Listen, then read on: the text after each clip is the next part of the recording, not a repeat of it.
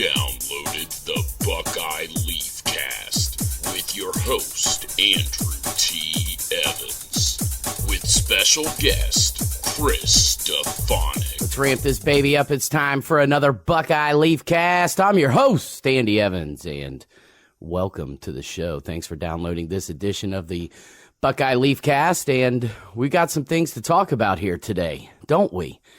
Riding solo, the intergalactic Buckeye fan, unable to make this edition, and we weren't able to do one after Ohio State's blowout win against the Bearcats last weekend. So I'm going to play a little bit of catch-up with you guys for a minute and go back and apologize to everybody in Buckeye Nation for being one of the world's biggest pessimists, one of the world's biggest doubters, seeing the glass half empty when it comes to this Buckeye team. Boy, let me tell you what, big apology due to you guys, especially after another huge win the Buckeyes posted against the Hoosiers on Saturday. And let's go back to the Cincinnati game here real quick.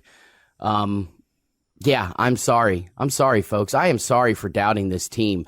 They, at this point, after 3 weeks, have made a believer out of me because I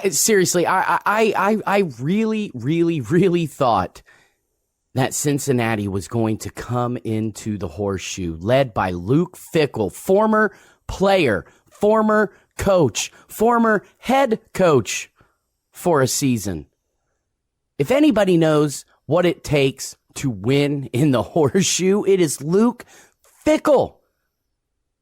At one time, he held the record for the most games played for Ohio State. He might still own the record to this day. I haven't taken the time to look up if he still owns it or not. I think somebody came close here back a season or two ago. But at any rate, Luke Fickell is a guy that knows how to win. And can I just say that, seriously, without sounding like being a pessimist and not giving Ohio State enough credit, but honestly, I was disappointed. I was disappointed in that Cincinnati game. I really, truly thought, and I know there were a lot of people out there that felt the same way. Some people didn't, though, and I got into a little Facebook conversation with a couple of my Facebook friends that I'm gonna call out by name here in a minute and personally apologize to. I already kind of did so on Facebook, but I'm gonna also do it here on the podcast and say that I am sorry for having ever doubted Ohio State's ability to not only beat Cincinnati, which I thought they'd do, but I just thought it was going to be a close, dirty, filthy, just smash mouth, rot gut football game that was possibly going to go down to the wire. I had the Buckeyes winning that game by a touchdown. And I got into a Facebook conversation with Mr. Rob Fott, Mr. A.J. Moreland, and Mr. Daniel Eaton. To you three, I tip my cap, gentlemen, because you said, especially you, AJ, that Ohio State was going to win big. You said they were going to win by 25. I said you were out of your mind. And I used an expletive. Probably shouldn't have, but I used it. Used the Lord's name in vain. I try not to do that, but sometimes it just comes out. Especially when I get super charged up when somebody tells me that I'm wrong and that Ohio State is going to do something that I quite frankly feel is not going to happen. And he said, Ohio State's going to win this game by 25. I said, you're out of your mind. They couldn't beat Florida Atlantic by more than 25. Now they've won by 24, but nonetheless, if you can't beat Florida Atlantic by 25 points, how in the hell are you going to beat Cincinnati by more than 24 points? Well, final score 42-0. 42-0. And boy, did Ohio State just look crisp, didn't they? I mean, Justin Fields was on point. J.K. Dobbins went nuts. Hell, I don't even think he played after the third quarter. In fact, he might have been pulled in the second half, much like yesterday against Indiana. J.K. Dobbins, what a game from the junior. Oh, my goodness, 193 yards on the ground, 22 carries, a touchdown, had a 56-yarder. Ran for 8.8 yards a carry. And not to be outdone, his backup, Master Teague, only carried the ball 10 times. 10 times! And had 106. A buck-06. And a 40-yard touchdown on the ground. 10.6 yards a carry. Now, Justin Fields already said he was not happy with his performance. And you can understand why. 14-24. 199 yards through the air. 3 touchdown passes, though.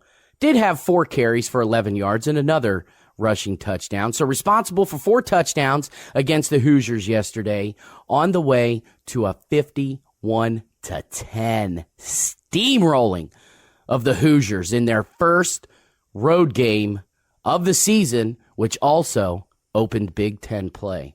And boy, Ohio State just could not have looked more impressive yesterday. And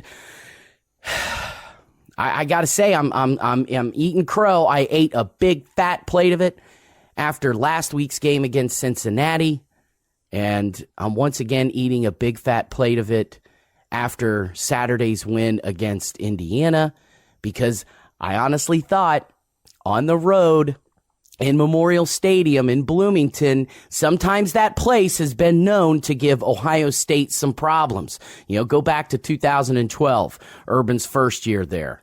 52-49 shootout, and they were able to hang on to win that one. 2015, the year after they won the national championship, they're in defense of their national title. They go over to Bloomington, and they were losing at halftime. They were losing that football game at halftime against Indiana in 2015. And if it weren't for some running back they had at the time, last name of Elliott, who had touchdown runs of 55, 65, and 75 yards, all in the second half, to help lead the Buckeyes back to victory. But they still had to scrap and claw and hang on to that win.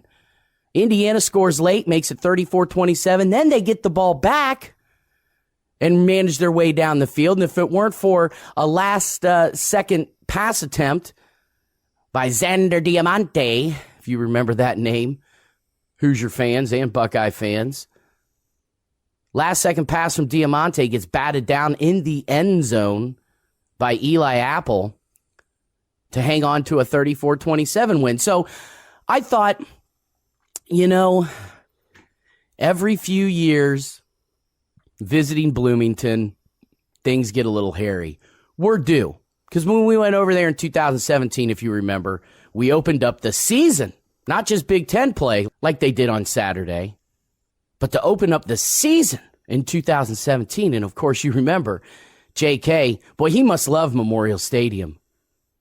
JK had 180 some rushing yards against the Hoosiers in his first game ever as a Buckeye, and came out and went nuts. I believe he had 181 yards rushing, which to this day stands. Of course, it was only 2 years ago, so it's not like there's really been any other true freshman to come in and start and get a true freshman rushing record in their debut. But 181, 182 yards. But that still stands, obviously, as the record. Now, they ever going to get another true freshman to come in and start right away? Well, they're so deep right now at running back. You know, after JK's gone this year, because he's gone. He's gone. There's just no way that dude is sticking around next year. He's off to the NFL. In fact, he might find himself a seat in New York when all is said and done this year. I mean, man, Looked a little rough against Florida Atlantic. I say a little rough. He ran for like 91 yards and had a touchdown against the Owls in this year's season opener. But then he goes nuts against Cincinnati. And then he goes ballistic yesterday once again against the Hoosiers. Just an unbelievable performance by the junior running back. But yeah, Justin Fields, was not real happy with his play. Once again, understandable. But here's the thing. Never turned the ball over. Never turned the ball over. In fact, aside from the 2 turnovers that they had against Florida Atlantic, they haven't turned the ball over since. So, and I think that's saying something because this Cincinnati team, of course, hindsight will be 2020. But I still think that they're a good football team, and they're going to do some damage in the American Athletic Conference. Indiana, well, hindsight will be 2020 with these guys as well. They were 2-0. Granted, they didn't really have stiff competition. I believe they played like Eastern Illinois and South Montana State University for their first 2 games. That's not exactly right. But I know that their competition, their first 2 games were not great. But at any rate, just Ohio State just looked damn good. Damn good against Indiana, didn't they? Seriously. The defense, oh my goodness, man. This defense, people were saying that before the season started, you heard the rumblings that the defense looked crisper, they looked sharper, they looked more in tune. And as of right now, boy, they just plug and play throughout the game. You do see primarily your starters, throughout the first half, first 3 quarters, and then you see the second team come in there in the fourth quarter. But there are times, like yesterday, I remember early in the second half, you saw Josh Proctor out there, redshirt freshman safety from Oklahoma. You're seeing Cameron Brown out there, a guy they brought in as a wide receiver from St. Louis, Brothers Christian High School, and he's now been converted into a defensive back. He's out there playing in the second half early. And, of course, the defensive line, they don't even have Jonathan Cooper right now, and they're not skipping a beat. Zach Harrison, Javonte Jean-Baptiste, they get their first sacks yesterday. Tuff Borland had a decent game. Pete Werner, boy, that was one of the better games I've seen out of Pete Werner. In fact, he and Jordan Fuller both tied for the team lead in tackles yesterday with 5. And Werner had 2 tackles for loss. Great game by him. Of course, Malik Harrison, the senior linebacker, 4 tackles, 1.5 for loss. Chase Young. Oh, man, this is going to be a fun third and final year to see you play, Chase Young, because at this point, you're obviously not just playing for a first-round draft pick, which, let's knock on wood. All things go well for you this season. Let's hope it doesn't turn out to be like a junior season for a defensive end that we know that happened last year, and that was, of course, Nicky Bosa, that lower core injury that put him out after the third game of the season. So, Chase Young, you made it this far without injury. And as things go well, you're not only going to be drafted in the first round, you might be taken as the number 1 overall pick. Dude's just an animal, just a beast. Here's what's crazy. 3 tackles. That's all he had yesterday, were 3 tackles. Didn't it seem like he had more? But he's just so disruptive getting to the quarterback that he influences plays to happen and makes the quarterback do things that he doesn't want to do. Scramble out of the pocket, throw the ball a lot sooner than he'd like to. But Chase Young, only 3 tackles yesterday, but 2.5 of those tackles were for loss, 2 of them being sacks. So just an animal, just an absolute animal. Tyler Friday, another defensive lineman, had a solid game. 3 tackles, 2 for loss. One of them was a sack. And then there's the secondary. And this secondary looks absolutely nothing like they did last year. This is a complete 180. This is the silver bullets that I can remember back in the mid to late 90s and the early 2000s, even throughout the meat of Jim Trustle's career, and even kind of near the end, when they had defensive backs, like Ashton Yabodi there in the mid 2000s, and some guy named Malcolm Jenkins, I don't know, some 2-star kid from New Jersey that turned out to become a Thorpe Award winner, which is handed out to the best defensive back in the nation. And I don't know, I think he went on to win a couple of Super Bowl rings. One just here recently, a couple of seasons ago, with the Philadelphia Eagles. So these defensive backs this year are just playing with a chip on their shoulder. They're playing with purpose. Jeff Hafley has just come in here and changed the whole attitude of this secondary. And man, Damon Arnette, where have you been? Where have you been? Ryan Day, after the game, was asked about Damon Arnette and really, just talked about how Damon just hit the reset button and he's flipped the switch and he's completely turned himself around. And I'll bet Damon Arnette now, after yesterday's game, is happy that he came back. 2 tackles, 2 pass breakups. One of them was great there in the end zone. Boy, I thought that dude from Indiana had caught that ball, and he did catch it. And at the last second, Damon Arnette knocked it out of his hands to save a touchdown pass and catch for the Hoosiers. Or should I say, saved it for the Buckeyes.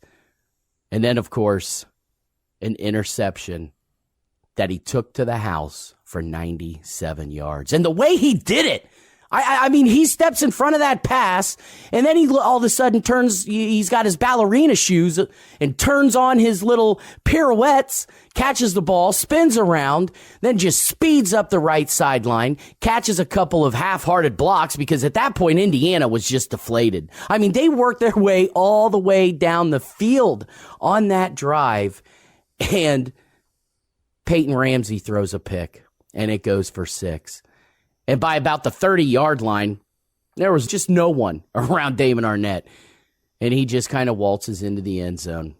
So, unbelievable play out of the secondary. Of course, Jordan Fuller, he had a great game with those 5 tackles.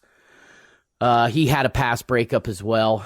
Sean Wade has been playing tough all year. He had 3 tackles yesterday. Had a pass breakup, 1 tackle for loss.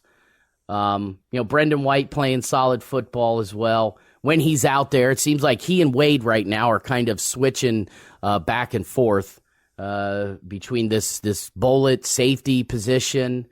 So they are just playing solid football there in the secondary. And Jeff Okudah also 3 tackles, 1 pass breakup. So just the whole secondary, the defensive line, just between all of the guys that they can just swip and swap in and out and just piecemeal together. You got Javonte Jean-Baptiste and Tyler Friday and B.B. Landers and Devon Hamilton in, and then all of a sudden Tommy Togiai and Haskell Garrett and Tyreek Smith and Chase Young are in there. I mean, and it's, you have a little bit of consistency there to start the game, but once the game goes on, just pay attention to who's coming in and out on that defensive line, because at any point they can put anybody in and they just don't skip a beat. They just do not skip a beat. So great win yesterday by the Buckeyes. Once again, final score 51-10. Buckeyes rolled up 528 yards, 314 on the ground. 214 through the air, 314 yards. First 300-yard rushing game of the season. Let's hope it's not the last. More than likely, it's not going to be. Heck, they might even be able to post 400 against the Red Hawks this coming Saturday in the Horseshoe. But just an unbelievable performance by these Buckeyes. So they're making me a believer. They are making me a believer. And like I said, I've got to apologize to Buckeye Nation for seriously not putting enough stock into this team, not giving them enough credit. I guess it's just the Urban Meyer hangover, you know? I felt as good of a coach that Ryan Day is going to be. I think he's going to be a solid head coach at Ohio State. Is he going to be able to replicate what Urban did? Well, only time's going to tell.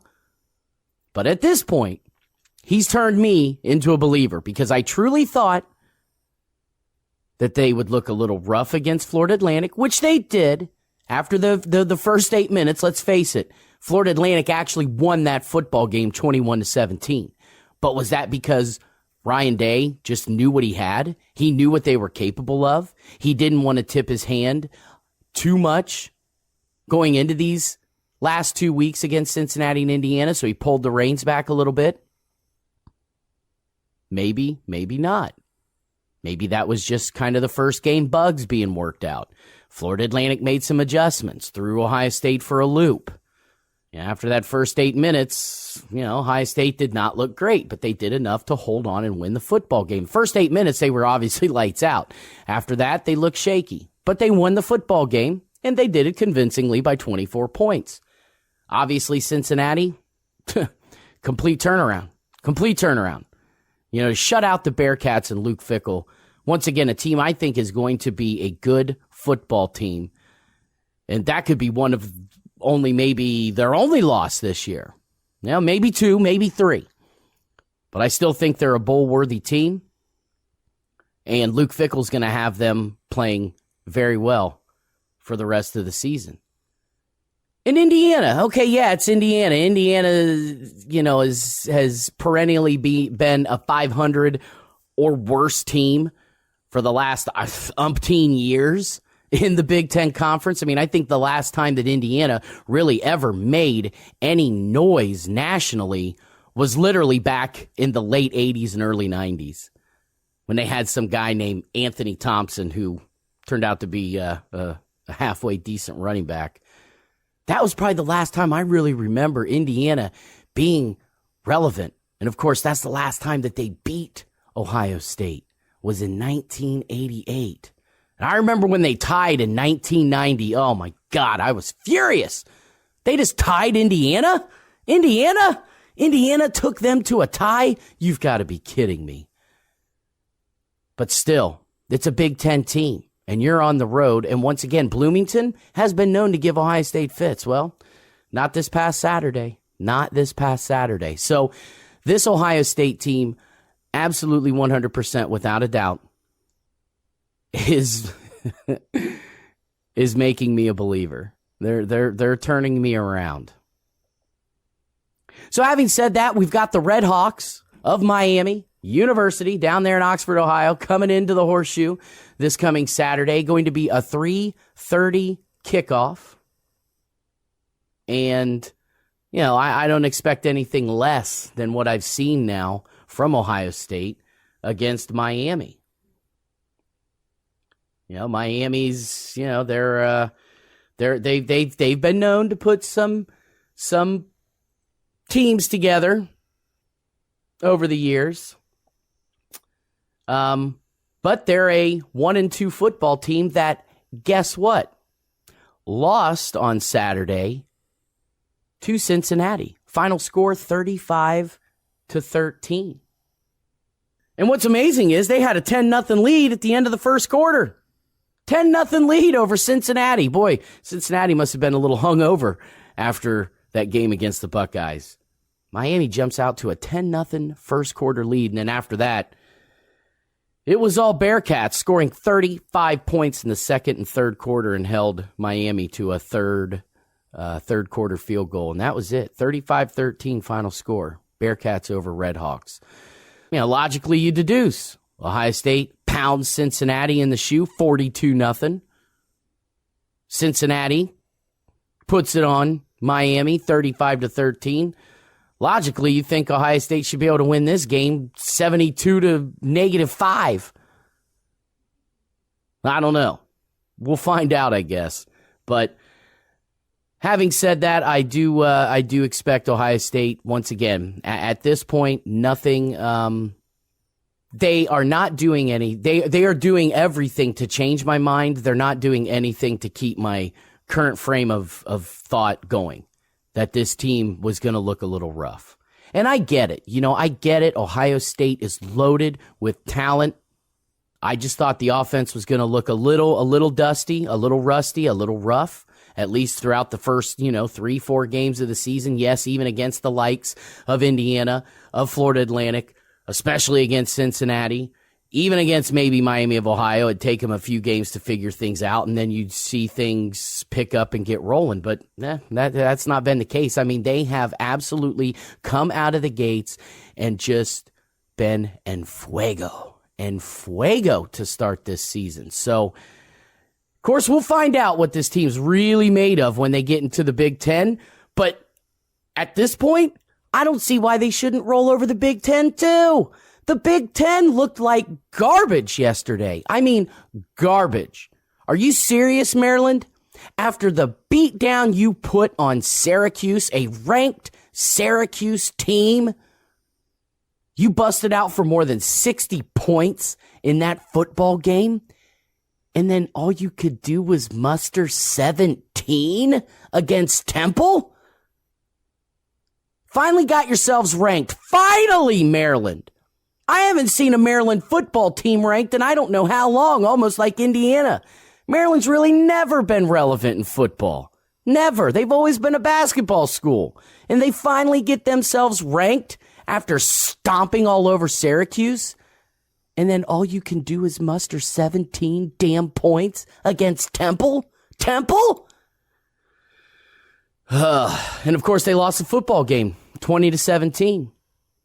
Then you have Illinois at home, losing to Eastern Michigan on a last-second field goal, which, you know what, shouldn't be surprising, actually, because that was the third year in a row now that Eastern Michigan has beaten a Big Ten team on the road. In that Big Ten team's house, this was the third year in a row that Eastern Michigan has beaten a Big Ten team on their turf. And they did it again yesterday against Illinois. And Illinois, at one point, Illinois had a decent lead in the first half and then just fell apart and allowed Eastern Michigan to come back into that football game. And Illinois actually was down by a touchdown. They managed to get down the field, score a game-tying touchdown with barely any time left in the game, and let Eastern Michigan go down the field and set themselves up for the game-winning field goal. And they did. They did. Unbelievable. 34-31 final score. Fighting Illini. Lovie Smith, man. If Lovie Smith isn't out at Illinois, I get it. Illinois, and there's Illinois for you. There's another team that hasn't been relevant since probably like the 80s or at least maybe early 90s. I can remember they had some good teams in the early 90s. Some teams that beat Ohio State. And I remember them giving Ohio State fits for years. I mean, they had some epic battles throughout the 80s and early 90s. But since then, Illinois has largely been irrelevant, except for, of course, the 07 season. Yeah, that one little outlier there that completely you just cut away from the mathematical equation. 07, I get it. Yeah, coming to the shoe. Juice Williams. Yeah.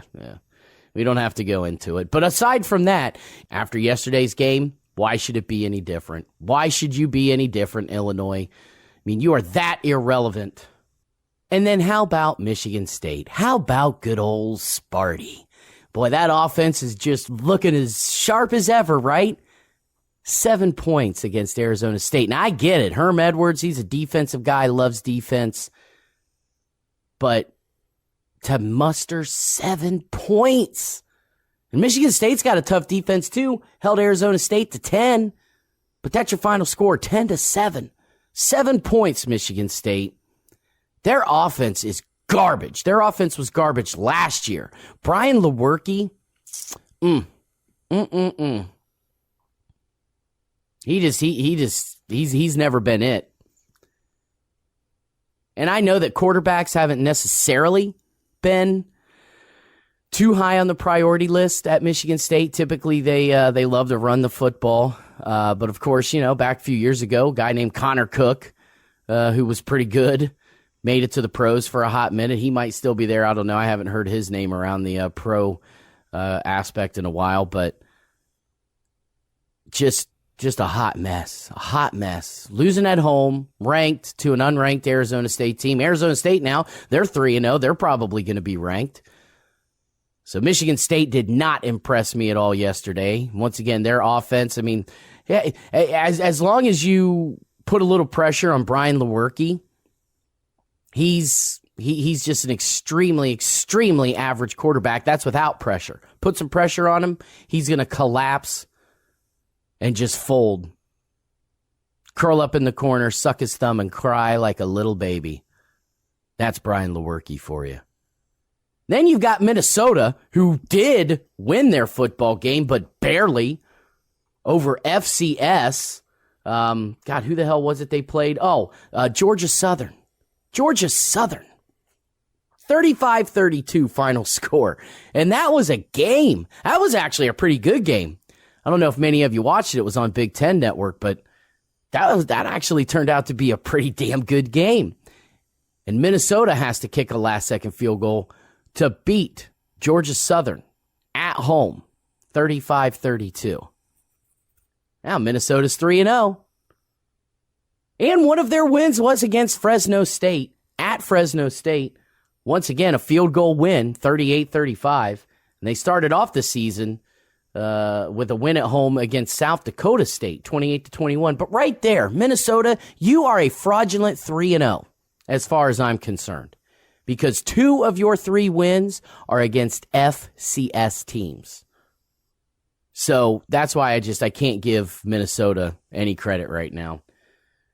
And unfortunately for us, and fortunately for them, we don't play each other this year. And then how about Penn State? Now, okay, rivalry game, hosting the Pitt Panthers, but that was a battle as well. Final score 17-10. There were some people out there that said at the beginning of the season, don't doubt if Penn State goes like 9-4, maybe 10-3. And, Pitt's now a 1-2 football team, and they're another team that, when's the last time you remember Pitt being relevant? Like early mid-2000s? I could remember when they won the ACC in, 2004, went out to the Fiesta Bowl and got rolled by Utah. And some guy who played quarterback for them named Alex Smith. Then there was some guy who was their head coach named Urban Meyer, who led Utah to an undefeated season and just crushed Pitt that year. And I think Pitt had like 3 or 4 losses that season and still somehow made it to a BCS bowl game. But other than that, Pitt's just another, bottom dwelling, if they're lucky, mid-tier Power 5 conference football team. And Penn State did not look real great against them. Now, yeah, I get it. They put it on Buffalo the week before, and they trashed Idaho 79-7. Tell you what, you score 79 points. That's saying something. But they could only score 17 against Pitt. So, Penn State 3-0. I don't want to call them fraudulent, but after a 79-7 beatdown, then you have a little bit of trouble. I don't want to say a little bit of trouble. It looked a little dicey against Buffalo in the first half, and then they came out in the second half, and they looked good. They rolled over them. 45-13 final score, so you can't take that away from Penn State. But 17-10 win over Pitt at home. Now, I get it. Rivalry game. It was the 100th meeting that they're now apparently going to take a break from for however long. They haven't stipulated how long of a break they're going to take, but for whatever reason, they're discontinuing that rivalry game for an indefinite amount of time. And then you've got Purdue. Purdue. Purdue. Oh, Boilermakers. 1-2. Lost at Nevada. Should have won. Had a big lead in that game by 17 points at one point. Allowed the Wolfpack to come back and beat them 34-31. They did have a nice win at home then. They followed it up with a win over Vandy. 42-24. But then on Saturday, they played TCU, and TCU pretty much put it on them, 34-13. But of course, Ohio State doesn't play Purdue either. I should probably really be keying on teams from the other division and in the division that Ohio State plays. You know, you got Northwestern, the Wildcats. Did beat UNLV on Saturday, 30-14. Got their first win of the season after taking a break last weekend and losing at Stanford 17-7, which Stanford now looks completely fraudulent as well. Got smoked by Central Florida. Of course, Central Florida, good football team. They're ranked in the top 25, and then got beat down hardcore by USC the weekend before that, and then USC turns around and loses to BYU. So Northwestern 1-1 though. Buckeyes do play the Wildcats on Friday, October 18th. Yeah, that's right. Friday, an 8:30 game on Fox Sports 1. I don't know if I ever remember Ohio State playing on a Friday. Do you? I can remember some Thursday games. Indiana back 2017 to start the year was a Thursday night game. I remember they played Marshall back in, 2009, 2010. That was a Thursday night game. But a Friday night game against the Wildcats in Evanston. So that ought to be an interesting football game. Nebraska and Wisconsin. Those are your three cross-division games. Now, Nebraska had a good win, little bit of redemption, if you will, after losing in overtime to Colorado, a game they should have won and lost. They could be 3-0 right now and still ranked, but thanks to that loss to Colorado, it knocked them out of the top 25.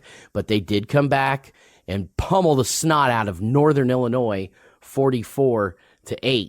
But they didn't look real crisp in that opener against South Alabama, did they?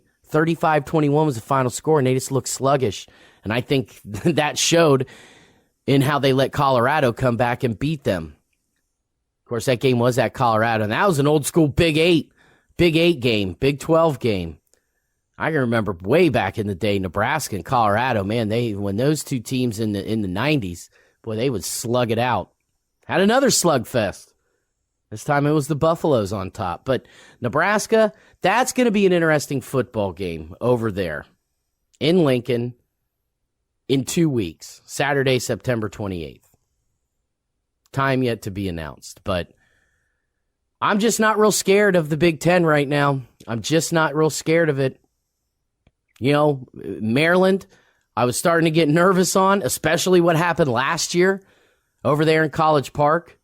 The Buckeyes do host them the first weekend, or actually the second weekend in November. But now I'm not so nervous.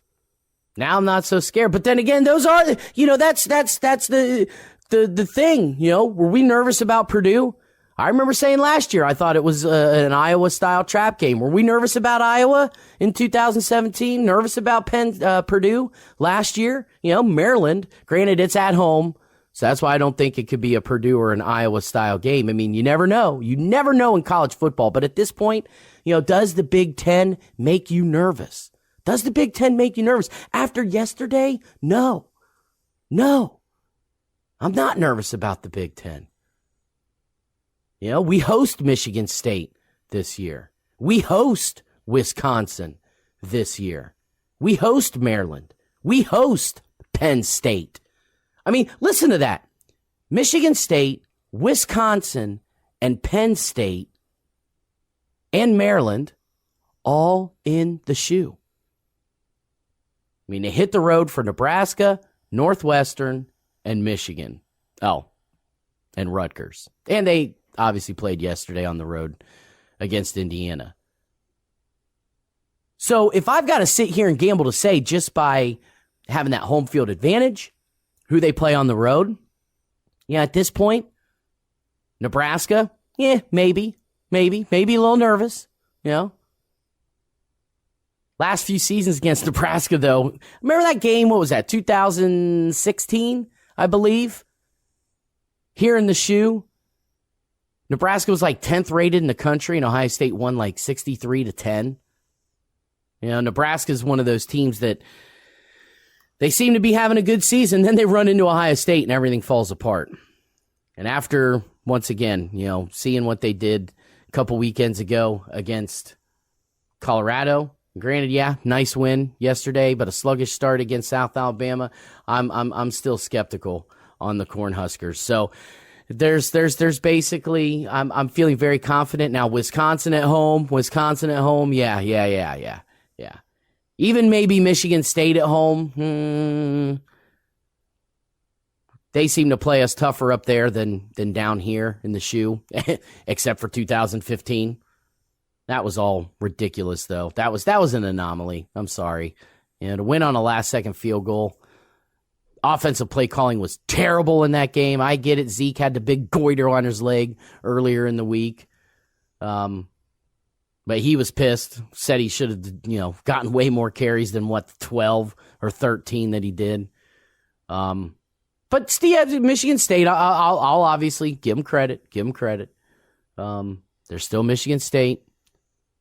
They do like to play the Buckeyes tough. I mean, last few years, it's not been necessarily smooth sailing, except for 2017, when they came out and ran for like 335 yards on the nation's #1 rushing defense. Went berserk in that game and won 35-3. But still, Michigan State, you know, okay, at home. All right. Northwestern on the road, maybe, you know, a little nervous.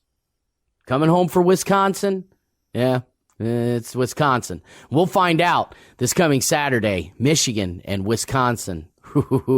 That could be a good football game. But we'll find out what kind of Michigan is going to show up. Because if it's the Michigan that showed up against Army, which some people may not be giving Army enough credit for that loss. Or Michigan maybe enough credit for that win. I mean, Army, last couple of years, Army's actually been a pretty good football team. Don't forget, last year, Army took Oklahoma to within a touchdown in Norman. Army took Oklahoma, a team that made the playoff last year, to within a touchdown. Almost beat them. So maybe Michigan, honestly, I know Buckeye fans, you're probably roiling right now, like what the hell is he talking about? But sincerely, maybe we should give Michigan a little more credit for that win, because Army, once again, hindsight though being 2020, we'll find out, but Army very well could be that people look back on that win and go, wow, that was actually pretty amazing that Michigan held on in double overtime to beat Army by a field goal. But we'll see. Then you've got, you know, Maryland at home, maybe. I don't know. We'll find out. What kind of Maryland are we going to see? Was that loss to Temple an aberration, an anomaly for them? Or is that going to turn out to be truly the win against Syracuse was the aberration in the anomaly, and Maryland's just another 500 football team that could give Ohio State fits in the shoe? We'll see. Rutgers, Piscataway, yeah. Penn State at home, yeah. Last couple games, obviously, we know how those have gone against the Nittany Lions, and against Pitt, you know, I wasn't real impressed, but it is still Penn State. But we'll see. And then, of course, the game at the end of the season, noon in the Big House. And, you know, there's been a couple of, actually the last time, God, when's the last time? Well, 2013. Of course, 2011 they lost. 2013, the unbelievable 42-41 thriller where Michigan goes for 2, and Tyvis Powell steps in front of the pass. Was that Tyvis Powell? I'm pretty sure that was Tyvis Powell who picked it off in the end zone to preserve the 1-point win over the Wolverines there in Ann Arbor. The smelly rodents. But it's always T-ton, you know? And you just never know what you're going to get. And, of course, this being Ryan Day's first season as head coach, first time being the head coach in the big house, and Harbaugh desperately needs to win against Ohio State. I mean, if anything, just to save his ass from possibly getting fired at the end of this season, Jim Harbaugh absolutely 100% needs to beat Ohio State. Not even necessarily get to the Big Ten championship game. That'll help, obviously, if he can beat Ohio State, which then gets him into the Big Ten championship game. But that's something he has yet to do since coming in as head coach in 2015. And, of course, both those games that they played up there, 2015 was a rout. It was 14-10 at the half. Michigan was hanging tough with Ohio State. Final score, Ohio State 42, Michigan 13. Ohio State just completely turned on the Jets there in the second half and just roasted the rodents in their house. And then 2017, you remember, that was the crazy game where Michigan went up early second quarter, 14-0.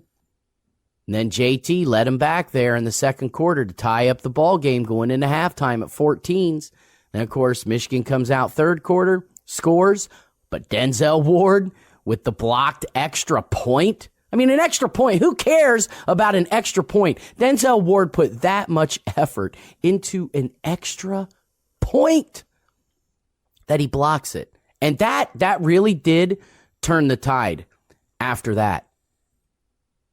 Final score, Ohio State 31, Michigan 20. Yeah, that was the last time that Michigan scored in that football game. So the last two games up in the big house have pretty much looked like convincing wins for the Buckeyes. But totally different scenario this year. So we're going to find out. But having said that, after yesterday, I'm definitely feeling a lot better about taking on Big Ten teams than I was to start the season. So we're going to find out exactly what Ohio State's made of, as well as what this conference is made of. But at this point, I'm drinking the Kool-Aid, man. You know, the Buckeyes are serving it up. I did not want to take a sip to start the season. But after last weekend against Cincinnati and after Saturday's game against Illinois, after Saturday's game against Indiana, I'm starting to take a few sips. I'm not guzzling yet. I'm not guzzling because once again, I am a glass half empty kind of guy. Call it reverse psychology. Call it what you will. I guess to me, I believe that if I don't give Ohio State enough credit, if they lose, I'm not as let down. And B, if they win, I'm obviously happier. And if they win by a bunch, like they did against Cincinnati and Indiana, I'm even happier than that. I'm floating on cloud 9. So call it what you will. I'm not a hater. I just I like to temper my expectations. I like to temper them and just try and remain as low-key as possible. But there are definitely some games now in this schedule I'm feeling a lot more confident about after seeing the Big Ten play the way they did on Saturday. So having said that, folks, I'm going to jump off the microphone here and actually go do some things. It is a beautiful day here in the Central Ohio area, and wherever you are listening to this podcast, I hope you get out there, enjoy the rest of your morning and afternoon as well. You have a good week, and I appreciate you guys downloading this edition of the show. The Buckeye Leafcast, brought to you by Christie's Cleaning Services, LLC. It's not clean until it's Christie clean. Be sure to check out her Facebook page at Christie's Cleaning Services, LLC. I'm Andy Evans. Once again, thanks for downloading this edition of the show. And until the next time, I am going to leave you like we normally do. OH. I'm going to assume I heard a hearty IO back on that one. Go Bucks!